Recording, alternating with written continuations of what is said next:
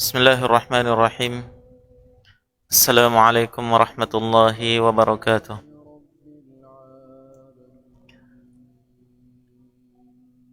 Innal hamdalillah nahmaduhu ta'ala wa nasta'inuhu wa nastaghfiruh wa na'udzu billahi min shururi anfusina wa sayyiati a'malina.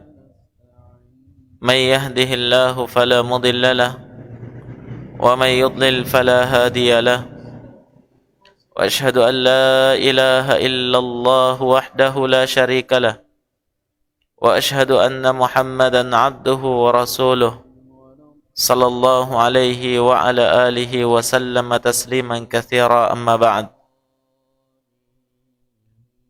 إخواني وأخواتي في الدين رحمني ورحمكم الله جميعا. Alhamdulillah, kita bersyukur kehadirat Allah Azza wa Jal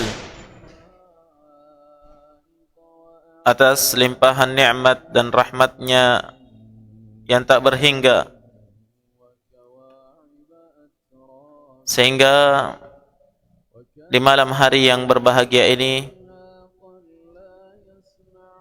kita bisa kembali melanjutkan pelajaran kita dari membaca kitab Syarhus Sunnah karya Al-Imam Al-Barbahari rahimahullah,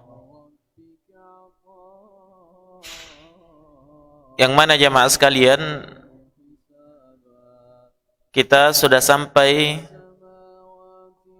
pada poin yang ke 104.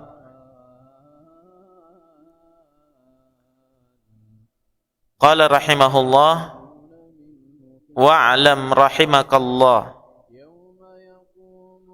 anna al-ilma laysa bi kathrati riwayati wal kutub,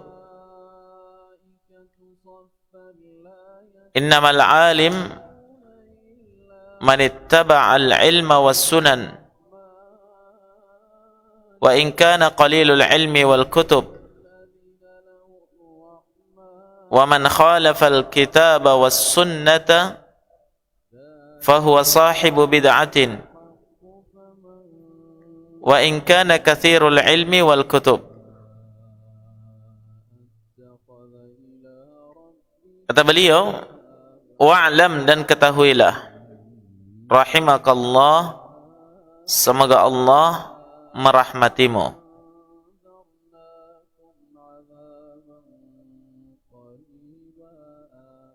Ini doa terhadap para penuntut ilmu dan siapa saja yang membaca kitab beliau ini.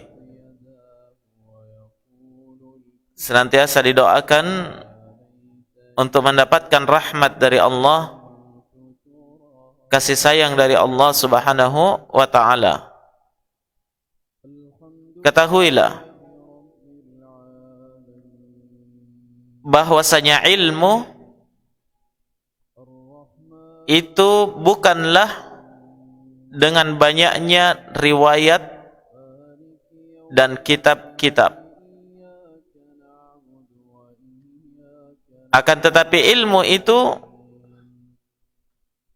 adalah seorang alim itu, orang yang berilmu itu adalah manittaba'al ilma was sunan, siapa saja yang mengikuti ilmu dan sunnah-sunnah, yakni sunnah Rasulullah atau al-hadis. Walaupun dia sedikit ilmunya dan sedikit kitabnya, dan siapa yang menyelisihi Alkitab dan sunnah, maka dia adalah sahibu bid'ah, pengikut bid'ah, pelaku bid'ah, walaupun banyak ilmunya dan banyak kitabnya.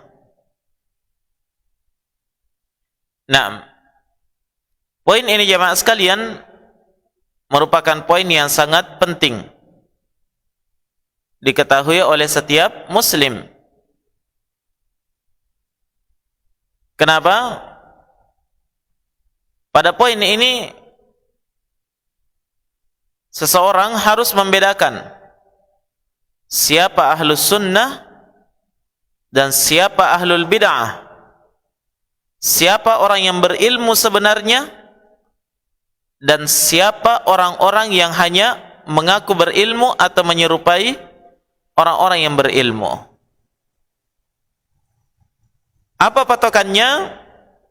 Disebutkan di sini bahwa ilmu itu bukanlah dengan banyaknya periwayatan, bukan pula dengan banyaknya kitab. Banyak karya tulisnya,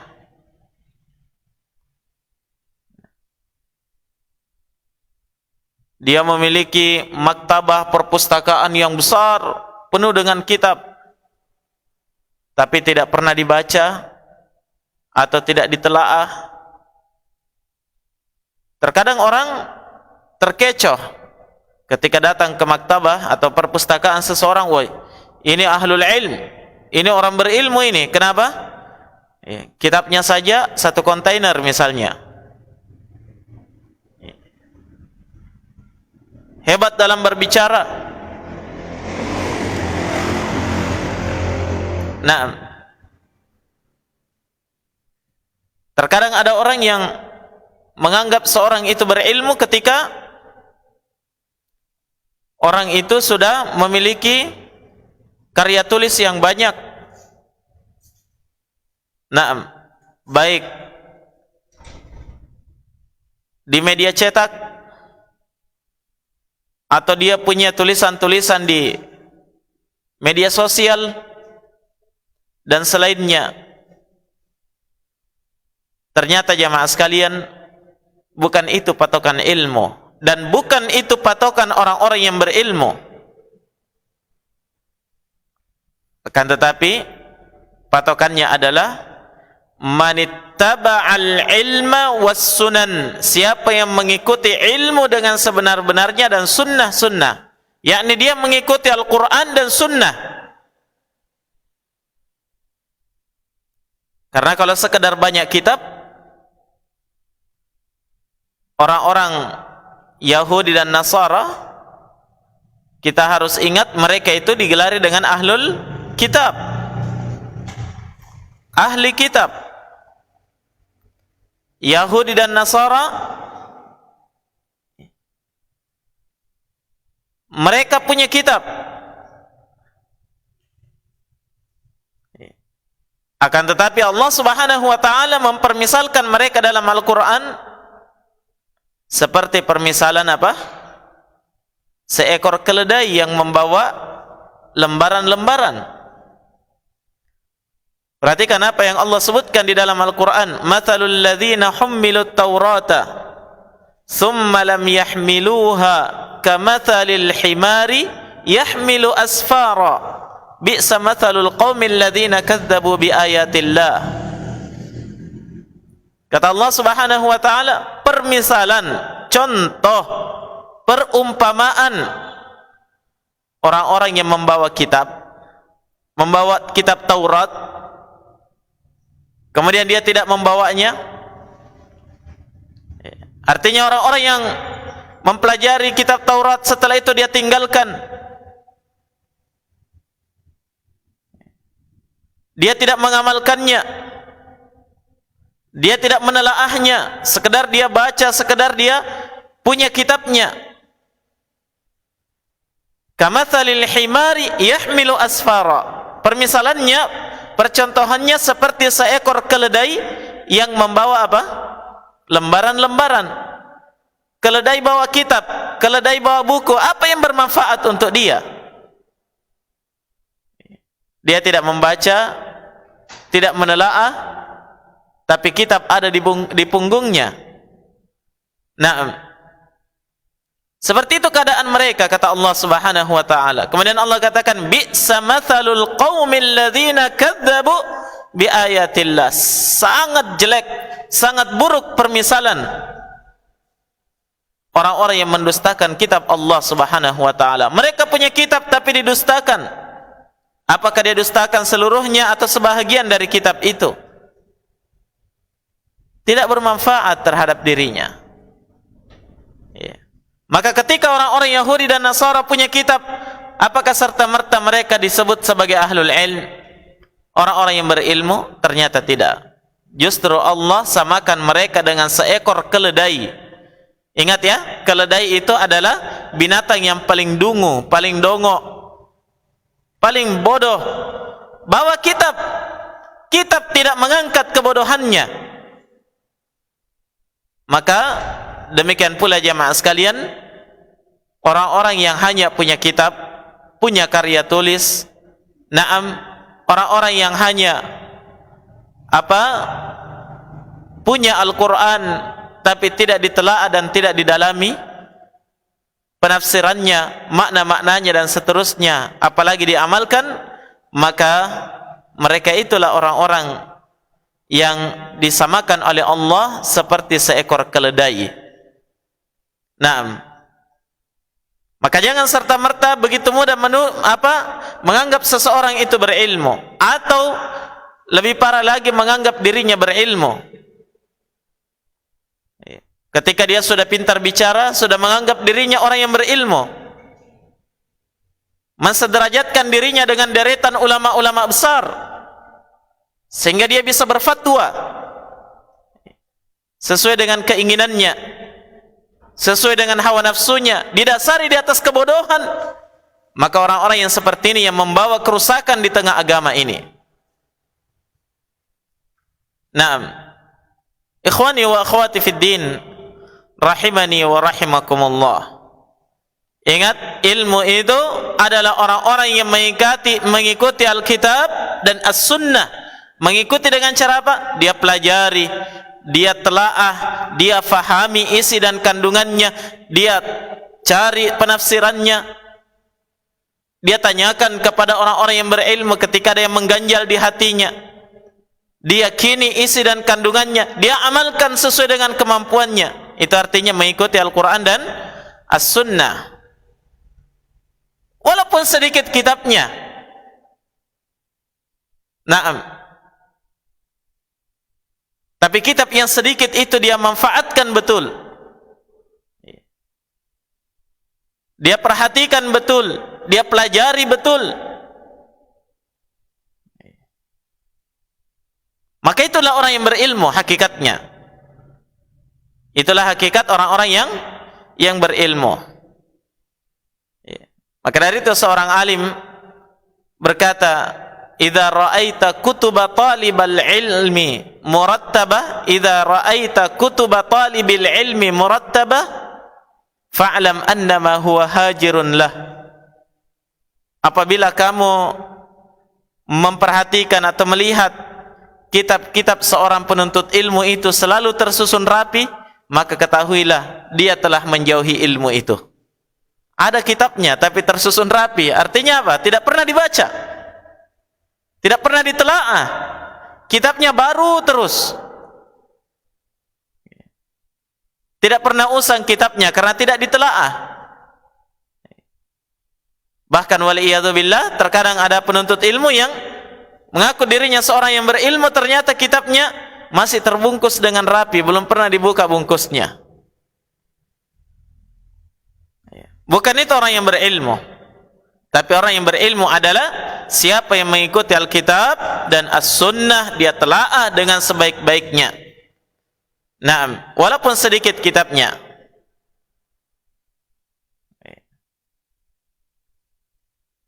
Dan siapa yang menyelisih Alkitab dan Sunnah, kata Al-Barbahari, wa man khalafa al-kitab was sunnah, dan siapa yang menyelisih Alkitab dan Sunnah, fahuwa sahibu bid'ah, dia adalah ahlul bid'ah. Wa in kana katsirul ilmi wal kutub, walaupun ilmunya banyak, walaupun apa? Kitabnya banyak. Dia mengilmui tapi dia menyelisihinya. Dia punya kitabnya, dia tidak telaah, dia menyelisihi kitabnya sendiri. Maka itu hakikatnya adalah sahibu bid'ah, sahibu hawa, orang-orang yang hanya mengikuti hawa nafsu saja. Maka di sini nampak bagi kita bahwa hakikat ilmu adalah Alkitab dan As-Sunnah. Itu sumber ilmu dalam agama ini. Kata Syekh Yahya An-Najmi rahimahullahu taala, "Innal ilma huwa fi kitabillahi wa sunnati Rasulillah sallallahu alaihi wasallam. Wa ma khalafa dzalika fa huwa jahlun wa dhalalun wa bid'ah." Katanya, sesungguhnya ilmu itu adalah apa yang tertera dalam kitabullah dan sunnah Rasulullah sallallahu alaihi wasallam. Itu saja. Dan apa saja yang menyelisihi kitabullah dan sunnah Rasulullah, semua yang menyelisihi adalah jahlun, kebodohan, wa dhalalun, dan kesesatan, wa bid'ah, dan bid'ah, sesuatu yang diada-adakan di dalam agama ini.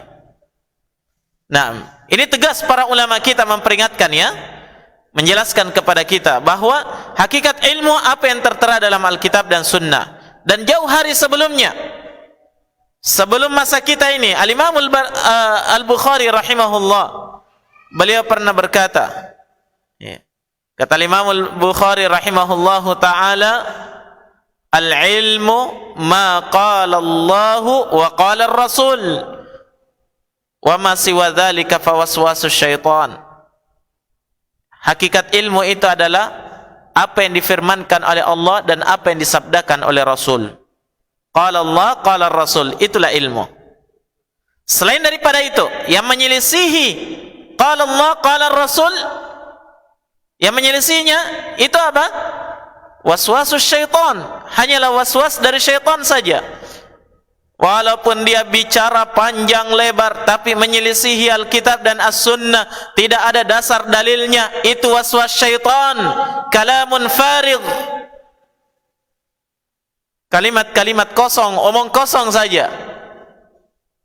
Naam, berbicara berdasarkan ilmu filsafat, berbicara berdasarkan ilmu sufiyah, berbicara hanya berdasarkan kalimat-kalimat, perkataan-perkataan gurunya saja. Sementara itu menyelisihi Al-Quran dan Sunnah, tidak berdasarkan di atas kitab dan As-Sunnah, maka itu adalah apa? Jahlun wa dhalal, kebodohan dan kesesatan. Walaupun dia mengaku dirinya sebagai cendekiawan muslim, walaupun dia mengaku dirinya sebagai orang yang memiliki titel-titel yang sangat banyak, tapi hakikatnya dia adalah jahil, orang-orang bodoh, karena menyelisihi Al-Quran dan As-Sunnah. Karena sumber ilmu dia tidak miliki, sumber ilmu dia telah selisihi. Maka ketika dia menyelisihi sumber ilmu, berarti dia adalah orang-orang yang berada di atas kebodohan, wal'iyadzu billah. Naam, hadirin dan hadirat, ikhwah dan akhwat sekalian, para pemirsa yang dirahmati oleh Allah Subhanahu wa ta'ala. Naam, jadi dengan penjelasan ini, subhanallah, kita benar-benar yakin, ya, bahwa patokan ilmu dan patokan orang yang berilmu itu adalah Alkitab dan As-Sunnah. Selain daripada itu bukanlah ilmu. Selain daripada itu bukan ahlul ilm. Mereka hanyalah orang-orang yang bodoh, yang tidak mengerti agama ketika dia menyelisih Al-Quran dan Sunnah Rasulullah sallallahu alaihi wa ala alihi wasallam. Dengan mengetahui perkara ini, jamaah sekalian, ya, janganlah hendaknya seorang muslim itu tertipu di dalam agamanya. Karena siapa yang tertipu di dalam agamanya, dia akan rugi dan bangkrut dunia dan akhirat. Kalau dia tertipu dalam perkara dunia, itu berbahaya, ya. Tertipu dalam usahanya, tertipu dalam bisnisnya, tertipu dalam harta bendanya, tertipu di dalam pekerjaannya, itu berbahaya, tapi bahayanya sebatas di dunia saja. Tertipu dalam perkara agama, itu bahayanya dunia, alam barzakh, dan di akhirat. Betapa banyak Allah Subhanahu wa ta'ala jelaskan dalam Al-Quran, orang-orang yang telah tertipu di dalam agamanya, dalam kehidupan dunia, di akhirat nanti mereka akan menuntut orang-orang yang menipu mereka.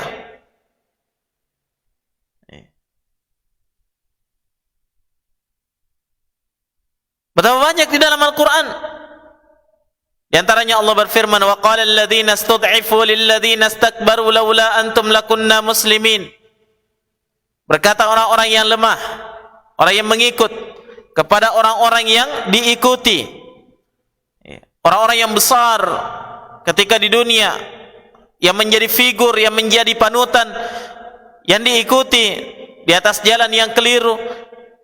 Yang mengikuti mereka mengatakan, laula antum lakunna muslimin. Seandainya bukan karena kalian, pasti kami adalah termasuk seorang yang muslim, yang berserah diri kepada Allah Subhanahu wa taala.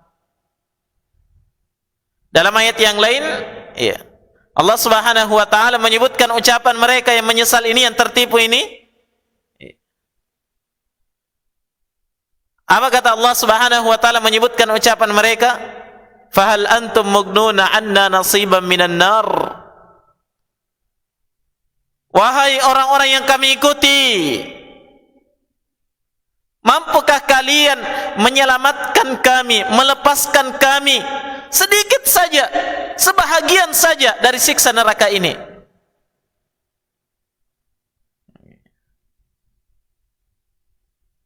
Terlalu banyak di dalam Al-Quran jamaah sekalian Allah memberitakan penyesalan orang-orang yang tertipu di dalam agamanya. Maka dari itu, agar kita tidak tertipu, Al-Barbahari rahimahullah memberikan apa? Patokan ini.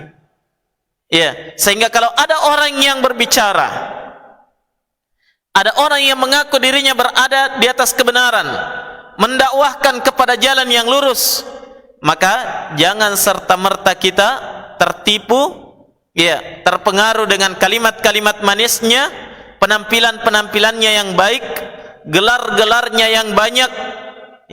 Jangan serta-merta kita tertipu dengannya sampai kita timbang ucapannya, amalannya, dakwahnya dengan Alkitab dan As-Sunnah. Kalau sesuai, maka itu adalah ahlus sunnah. Kalau menyelisihi, itu ahlul jahl wal bid'ah wa dalal. Ikhwani fid din, rahimani wa rahimakumullahu jami'an. Baik, mari kita melangkah pada poin berikutnya. Poin yang ke-105. Qala al-Barbahari rahimahullahu ta'ala wa'lam rahimakallah anna man qala fi dinillahi bi ra'yihi wa qiyasihi wa ta'wilihi min ghairi hujjatin minas sunnati wal jamaah faqad qala 'ala Allahi ma la ya'lam wa man qala 'ala Allahi ma la ya'lam fa huwa minal mutakallifin. Dan ketahuilah, semoga Allah merahmatimu, bahwasanya man qala fi dinillah bi ra'yihi wa qiyasih, barang siapa yang berucap tentang agama Allah, ingat ya, tentang agama Allah terkhusus di sini, bukan perkara-perkara yang lain, tapi khusus dalam agama Allah.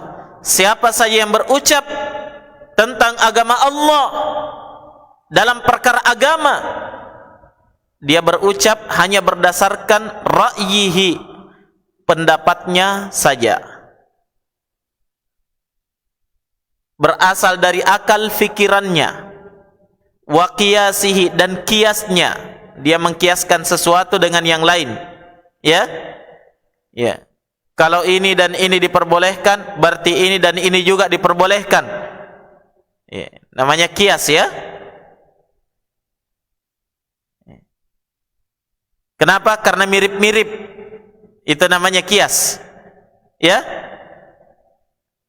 Dia berucap, dia berbicara dalam perkara agama Allah hanya karena akal fikirannya atau karena kiasnya. Wa ta'wilih, ini lebih bahaya. Dia berbicara atas nama Allah dengan ta'wilnya. Tentunya ta'wil yang batil. Dia selewengkan makna-makna Al-Quran dan Sunnah sesuai dengan akal fikirannya, namanya takwil. Dia memalingkan makna Alkitab dan Sunnah pada perkara yang sesuai dengan hawa nafsunya. Naam. Dia bicara dengan pendapatnya sendiri, dia bicara berdasarkan kias, dia mentakwil Alkitab dan Sunnah tanpa adanya hujjah dari As-Sunnah dan Al-Jamaah. Faqad qala 'ala Allahi ma la ya'lam, maka sungguh orang ini telah berucap atas nama Allah sesuatu yang dia tidak ketahui. Wa man qala 'ala Allahi ma la ya'lam, dan siapa yang berucap atas nama Allah dari sesuatu yang dia tidak ketahui, tidak punya ilmu di dalamnya, fahuwa minal mutakallifin, maka dia termasuk orang-orang yang takalluf, bersusah payah memaksakan diri pada sesuatu yang dia tidak mampu. Hadirin dan hadirat, ikhwah dan akhwat sekalian, rahimani wa rahimakumullah.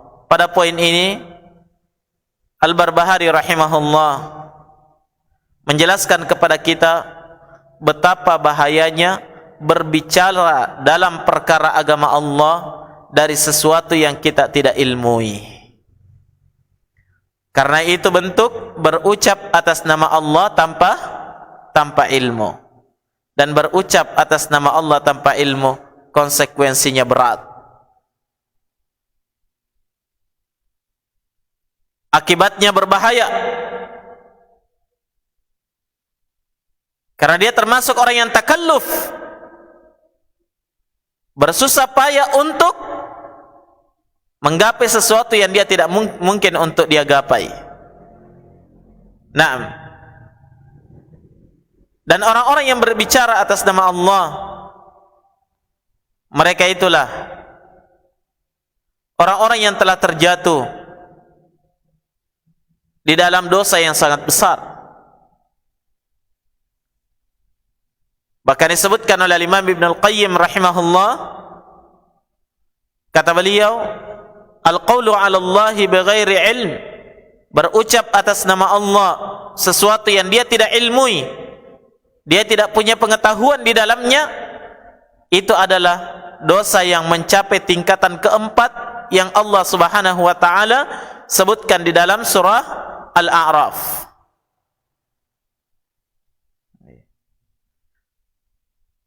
Dia tingkatan dosa yang tertinggi. Naam, bahkan di atas kesyirikan kepada Allah, berucap atas nama Allah tanpa ilmu.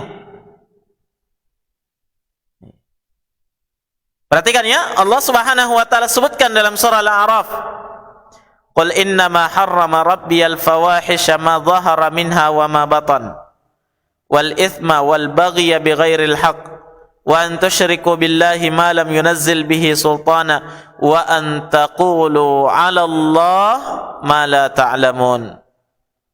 Qul, katakan wahai Muhammad,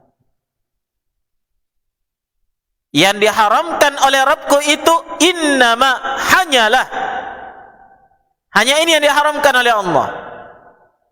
Apa itu? Yang pertama, al-fawahish ma dhahara minha wa ma batan. Ini tingkatan dosa yang pertama. Dan ini yang paling rendahnya ya, yang disebutkan dalam ayat ini. Dia adalah fawahish, perbuatan-perbuatan keji, dosa-dosa besar dari perbuatan keji. Apa yang nampak atau yang tersembunyi? Masuk dalamnya zina, masuk di dalamnya homoseks, ya, dan perkara-perkara fahisyah, perbuatan-perbuatan keji yang dilakukan oleh seorang hamba antara dirinya dengan Allah. Dosa-dosa besar ini, tapi ternyata itu adalah tingkatan yang paling rendah yang disebutkan di dalam ayat ini. Masih ada yang lebih tinggi dari itu. Apa tingkatan yang kedua? Tingkatan yang kedua adalah wal ithma wal baghya bighairil haqq, melakukan dosa-dosa dan pelampauan batas terhadap orang lain tanpa hak. Ini dosa yang berkaitan dengan kezaliman terhadap orang lain. Lebih tinggi dari dosa apa tadi? Perbuatan fahisyah, perbuatan keji. Masuk di dalamnya pencurian, penipuan. Naam. Masuk di dalamnya dosa-dosa yang banyak yang berkaitan dengan sesuatu yang dapat merusak hak orang lain. Mencela, mencerca, menggibah, ya, namimah, adu domba dan yang lain sebagainya. Semua dosa ini masuk dalam kategori apa? Dosa-dosa yang merupakan pelampauan batas terhadap orang lain tanpa hak. Tingkatan yang ketiga, lebih tinggi dari itu apa? Wa an tusyriku billahi ma lam yunazzil bihi sultana. Dan ketika kalian melakukan kesyirikan kepada Allah, menduakan Allah dalam ibadah pada sesuatu yang Allah tidak turunkan penjelasan padanya. Nah, pada sesuatu yang tidak ada kemampuan sedikit pun untuk diibadahi selain daripada Allah Subhanahu wa taala. Dosa syirik. Tingkatan yang keempat, lebih tinggi dari itu apa?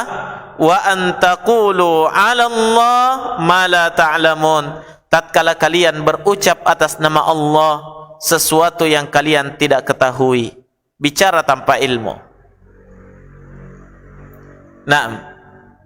Bicara tanpa ilmu jemaah sekalian. Kenapa lebih tinggi dari kesyirikan? Bukankah dosa syirik adalah dosa yang terbesar? Betul. Dosa syirik adalah dosa yang terbesar karena itu adalah bentuk kezaliman terhadap Allah. Tapi ingat, ya, terjadinya kesyirikan, terjadinya bid'ah, terjadinya dosa-dosa yang sangat banyak, itu penyebab utamanya adalah wa antaqulu 'ala Allah ma la ta'lamun. Ketika kalian berani berucap atas nama Allah sesuatu yang kalian tidak ilmui. Apa yang menyebabkan bid'ah tersebar? Banyaknya orang-orang yang berani bicara tanpa ilmu, tidak berdasarkan di atas Al-Quran dan Sunnah. Kenapa kesyirikan terjadi? Kenapa kesyirikan merajalela? Dan kenapa kesyirikan sulit untuk ditumpas sampai ke akar-akarnya? Karena masih ada pendukungnya, masih ada orang-orang yang membela, masih ada orang-orang yang mendakwahkan, mengajak kepada kesyirikan itu dari kalangan orang-orang yang berani berbicara tanpa ilmu. Jelas? Maka ini adalah dosa yang sangat berbahaya jemaah sekalian.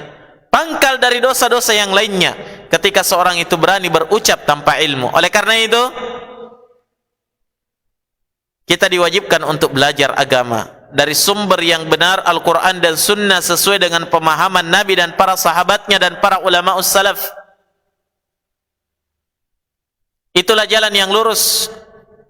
Beramal di atasnya, berdakwah di atasnya, berbicara di atasnya di dalam perkara agama. Jangan berani berbicara tanpa ilmu. Oleh karena itu Al-Imam Al-Bukhari rahimahullah dalam sahihnya, Sahihul Bukhari, dalam Kitabul Ilm, beliau menyebutkan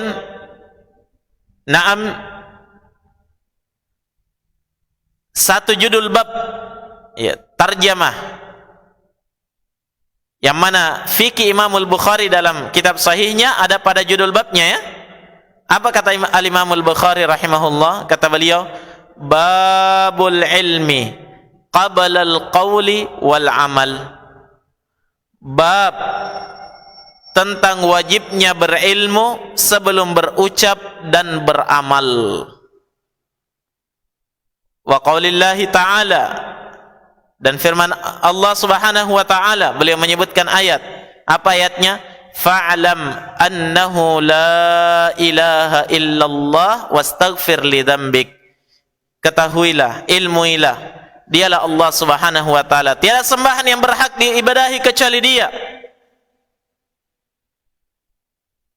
Tiada sembahan yang berhak diibadahi kecuali Allah. Wastaghfir li dzambik, dan minta ampunan terhadap dosamu. Istighfar kepada Allah. dalam judul bab ini seolah-olah Imam Al-Bukhari rahimahullah ingin menjelaskan kepada kita, atau bahkan beliau memang ingin menjelaskan kepada kita bahwa dalil tentang wajibnya berilmu sebelum berucap dan beramal adalah apa? Fa'lam annahu la ilaha illallah wastaghfir li dzambik. Dari mana titik pendalilannya? Fa'lam. Lihat, Allah berfirman, ilmuilah. Fa'lam, ilmuilah. Diawali dengan ilmu. Annahu la ilaha illallah. Dialah Allah, tiada sembahan yang berhak diibadahi kecuali Allah. Ini kata para ulama isyarat wajibnya berilmu. Setelah itu apa? Sebelum apa? Sebelum berucap. Annahu la ilaha illallah itu adalah dalil tentang berucap berdasarkan ilmu. Wastaghfir li dzambik, dan mohon ampun terhadap dosamu, ini adalah amalan. Dalil tentang amalan. Jelas ya? Iya. Maka kata Al-Imam Al-Bukhari, kata Syekh Muhammad bin Abdul Wahhab rahimahullah dalam kitabnya Thalathatul Usul, kata beliau, fabada'a bil ilmi qabla al-qawli wal amal. Maka Allah mengawali menyebutkan wajibnya berilmu sebelum berucap dan beramal. Yang Allah perintahkan dalam ayat ini apa? Fa'lam dulu. Bukan wastaghfir li dzambik, mohon ampun beramal dulu. Bukan annahu la ilaha illallah dulu, tidak. Bukan ucapan dulu, bukan perbuatan dulu, bukan amalan. Tapi yang pertama diperintahkan oleh Allah adalah apa? Fa'lam, ilmui, berilmu dulu sebelum berucap dan beramal. Karena ini adalah sumber kerusakan. Bagi siapa saja yang berilmu, berucap, berani bicara tanpa ilmu. Naam. Maka inilah akibatnya. Orang-orang yang berani bicara tanpa ilmu itu, mereka berbicara berdasarkan apa? Ra'yihi, pendapat yang ada di kepalanya saja.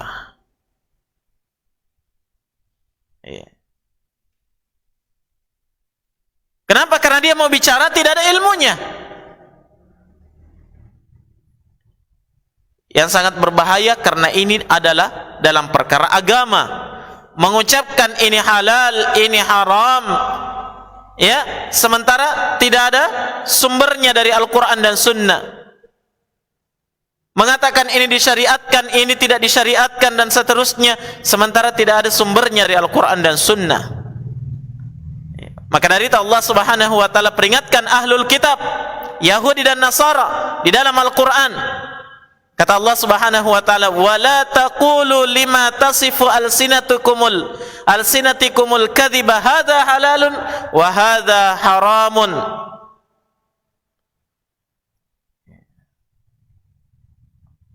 Litaftaru 'ala Allahil kadhib. Hadza halal wa hadza haram litaftaru 'ala Allahil kadhib. Innal ladzina yaftaruna 'ala Allahil kadhiba la yuflihun. Kata Allah Subhanahu wa taala, jangan sekali-kali kalian berucap apa yang disifatkan oleh lisan-lisan kalian yang dusta. Kalian berucap hadza halal, ini halal, wa hadza haram, ini haram. Tujuannya apa? Litaftaru 'ala Allahil kadhiba. Hanya membuat kedustaan atas nama Allah Subhanahu wa taala. Jangan, kata Allah.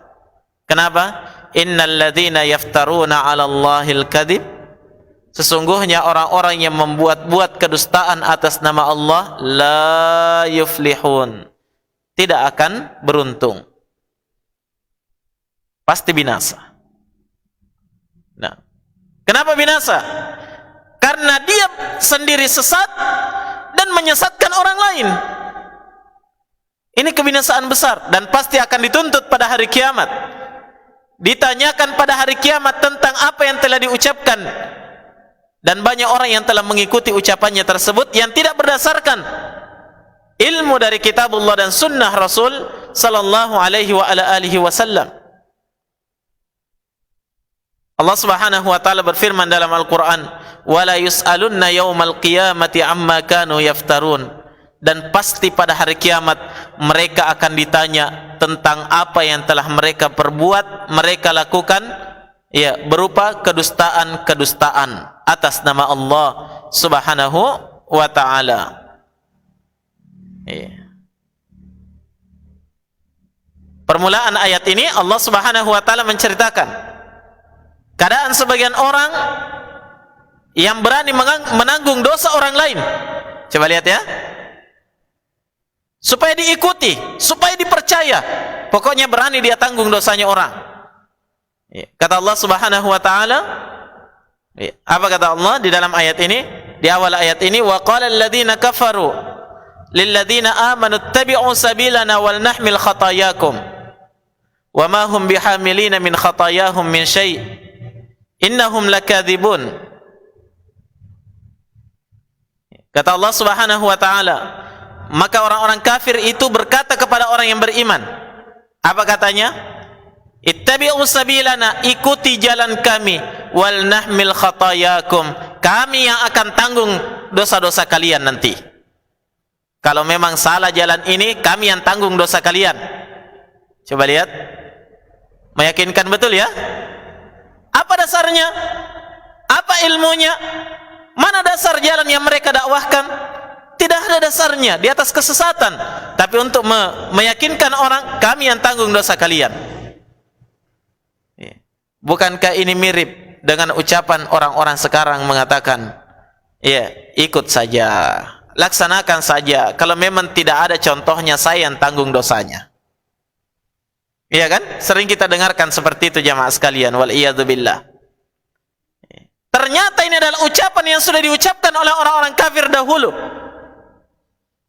Apa kata Allah? Wa ma hum bihamilina min khatayahum min syai' innahum lakadzibun. Sama sekali mereka tidak akan mampu menanggung dosa-dosa mereka sedikit pun. Sungguh mereka itu dusta. Wala yahmilunna athqalahum ma'a athqalihim wala yus'alunna yawmal qiyamati amma kanu yaftarun. Kata Allah Subhanahu wa taala, pada hari kiamat pasti mereka akan menanggung dosa-dosa mereka sendiri. Ditambah lagi dia akan menanggung dosa orang-orang yang dia sesatkan. Dan mereka pasti akan ditanya pada hari kiamat tentang kedustaan yang telah mereka perbuat. Ikhwani fiddin, rahimani wa rahimakumullahu jami'an. Berucap atas nama Allah itu bukan perkara biasa. Maka setiap orang wajib untuk menjaga lisannya dari perkara ini. Apa yang tidak kita ketahui, ucapkan Allahu a'lam, saya tidak tahu. Kata Imam Ahmad rahimahullah, Allahu a'lam nisful ilm. Ketika orang mengucapkan Allahu a'lam, saya tidak tahu, Allah yang maha mengetahui, itu adalah nisful ilm, setengah dari ilmu. Kenapa dikatakan setengah ilmu? Karena ini adalah orang yang tahu bahayanya berucap tanpa ilmu. Itu sudah setengah ilmu itu.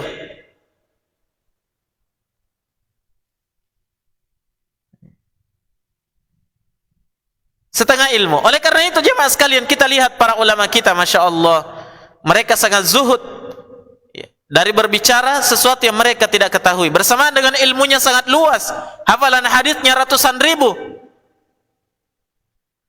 tapi tidak berani berucap kalau dia tidak mengilmuinya. Jelas ya? Tapi apa yang kita ilmui, ucapkan, sampaikan. Ballighu anni walau ayah. Kata Nabi SAW, sampaikan dariku walaupun hanya satu ayat. Artinya apa? Bukan satu ayat yang dihafal saja. Bukan satu ayat yang pernah kita baca. Tidak. Satu ayat yang telah diilmui. Jelas? Satu ayat yang telah diilmui, sampaikan. Kalau hanya itu yang kamu tahu, itu yang kamu ilmui, sampaikan walaupun hanya satu ayat. Ayat berikutnya yang kamu tidak ilmui, jangan coba-coba sampaikan.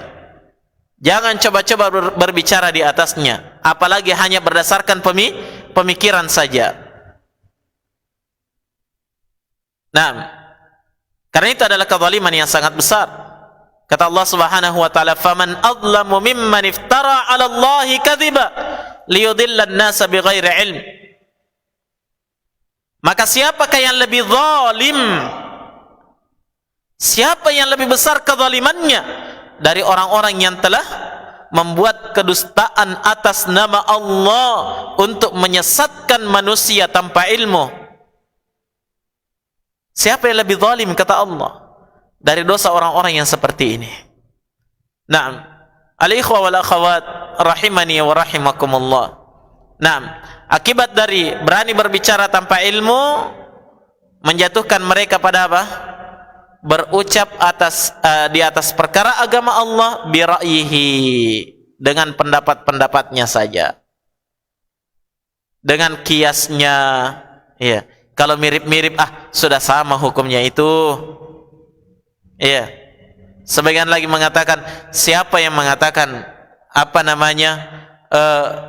kelebihan dari pinjaman kita di koperasi itu haram? Tidak, yang penting sama-sama ridho. Iya, sama-sama mau, sama-sama senang. Masya Allah.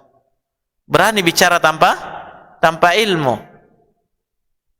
Maka kata Al-Barbahari rahimahullah, "Wa man qala 'ala Allahi ma la ya'lam," dan siapa yang berucap atas nama Allah dari sesuatu yang tidak dia ilmui, tidak ada pengetahuannya di situ, fahuwa minal mutakallifin, maka dia termasuk dalam golongan orang-orang yang takalluf, memaksakan diri pada sesuatu yang dia tidak miliki, yang dia tidak mampu padanya. Dan ini juga merupakan sifat yang sangat tercela yang Allah perintahkan kepada nabinya untuk berlepas diri daripadanya. Kata Allah Subhanahu wa taala, "Qul ma as'alukum 'alaihi min ajr wa ma ana minal mutakallifin." Katakan wahai Muhammad, saya tidak pernah minta imbalan dari kalian, ya, untuk mengikuti ajaran yang benar, mengikuti Al-Quran dan Sunnah. Saya tidak pernah minta imbalan dari kalian, bayaran dari kalian, tidak pernah. Katakan itu wahai Muhammad, saya tidak pernah minta bayaran dari kalian. Wa ma ana minal mutakallifin, dan saya tidak termasuk orang-orang yang yang takalluf, memaksakan diri pada sesuatu yang saya tidak mampu padanya. Nah, demikianlah jemaah sekalian apa yang bisa kita bahas di malam hari ini. Mudah-mudahan ada manfaatnya, dan semoga Allah Subhanahu wa taala menjauhkan kita dari sifat-sifat yang telah disebutkan pada dua poin ini.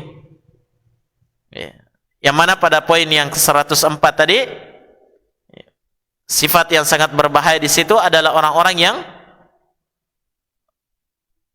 mengaku dirinya berilmu, tapi ternyata mengaku dirinya berilmu hanya karena memiliki kitab yang banyak, merasa dirinya banyak hafalannya, merasa dirinya banyak hafalannya, merasa dirinya bisa bahasa Arab dan yang lain sebagainya.